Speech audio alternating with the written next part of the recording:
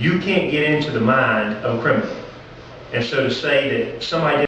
That's okay. Shifting gears a little bit, what are your views on illegal immigration? I'm adamantly opposed to illegal immigration. A couple thoughts on that. Number one, we need to make it easier for people that are going through the steps and the channels to become legal citizens. We have made it extremely difficult. I had an individual that's been in Newberry for 10 years plus now. When I was a senator, he owned a business and was trying to get it. I called Congressman Wilson's office, and he's still trying to go through the channels. This country was founded on people going through the channels and becoming legal citizens. And if they are people that want to contribute to society, we welcome that. The problem is we have a problem with illegal immigration, which is the real problem. And we continue to turn our heads to it. It will not be taken up in the future because politically nobody wants to touch it anymore. We pass very stringent laws here in this state. But here's the real problem. Nobody wants to address it. The reason why you have illegal immigration in this country so strong is because you don't have a workforce to do a lot of labor-intensive jobs that people used to do. Whether it's hanging sheetrock, picking tomatoes, working in hotels, roofing, you name it. And so the real, I don't fault a guy that has a business that can't find anybody to work because he shut his business down. That's a tough decision to make. I built a business all these years, now I can't find anybody to work because they found government will take care of them for nothing. The real travesty, the real problem is this country that was founded on hard work, ethics, principles, and the opportunity to get ahead based on how willing you were to make those sacrifices has now decided that even if you don't make those sacrifices, we want to try to allow you, I say we, the government, wants to allow you to lead the same lifestyle as the working man. The people in this country, the average person on welfare has a better lifestyle than any person in Europe that is a working class citizen. Most people in Europe, they're teaming up and living with their family members. They share a car. In this country, you live a vastly higher lifestyle. So poor is not exactly poor anymore, and nobody wants to talk about it. So we have a system whereby we're not talking about disabled people, which I totally have a big heart for helping. We're talking about people that just don't feel like they're working, or people that have culturally learned, hey, I can sit home and do nothing and get paid. And so because of that system, that workforce no longer is there. Therefore, these people are hiring illegals. Look, they wouldn't hire illegals because they've got a language barrier, they have a lot of issues to deal with if the labor force was there. And the federal government, again, keeps raising the minimum wage. I don't think it's the federal government's place to raise the minimum wage. Let free market dictate what minimum wage is.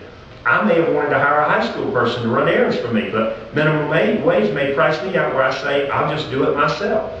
The federal government should be in the business of telling that. That is what free market allows, and we are every day slipping more and more from what made this the greatest country in the world, and you see businesses leaving in droves because of it.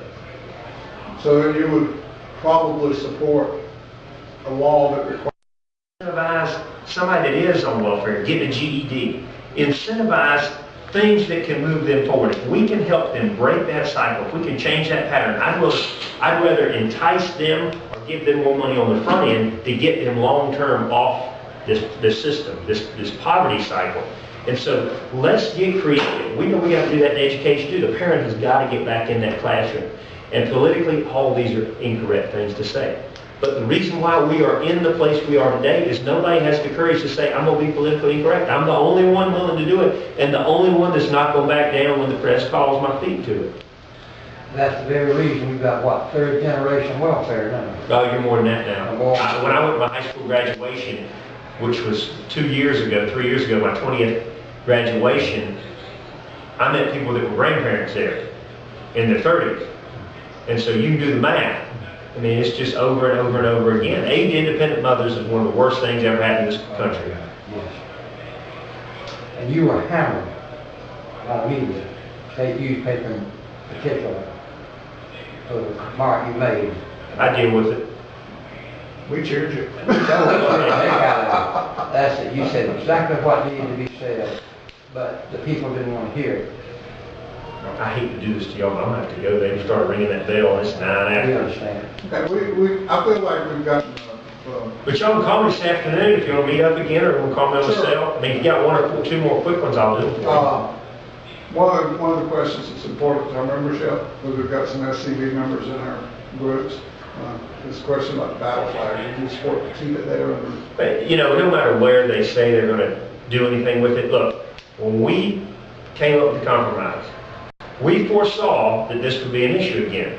And so it was put in the bill that it would take 2/3 of the House and Senate. We know the movement's not there, so anybody that wants to be a rabble-rouser and say that they're going to change that, it's not going to happen. It may happen sometime many years from now. It is not going to happen anytime in the near future, and it's disheartening to me that people use that as a rallying cry to cause more divisiveness in this state, and we need to do all we can to bring people together. One comment, we heard about 2/3 of it, but we understand that there was a loophole there that you did not need 2/3. It could be brought up to something like 50 members. I don't know exactly the term, but it was something in there that said no, it was 2/3, somebody could circumvent that. I don't believe it, because McConnell was key in putting that bill together, and I know where McConnell stands on that. Stick on their doors.